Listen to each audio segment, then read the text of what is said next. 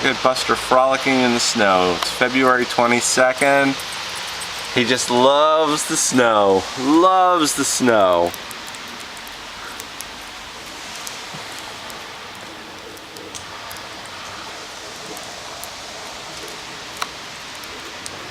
Likes to eat it, likes to run in it.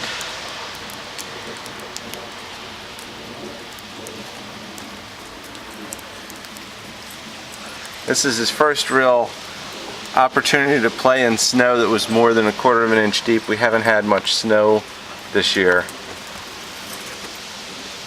Daniel, get in here. Come on, Dan.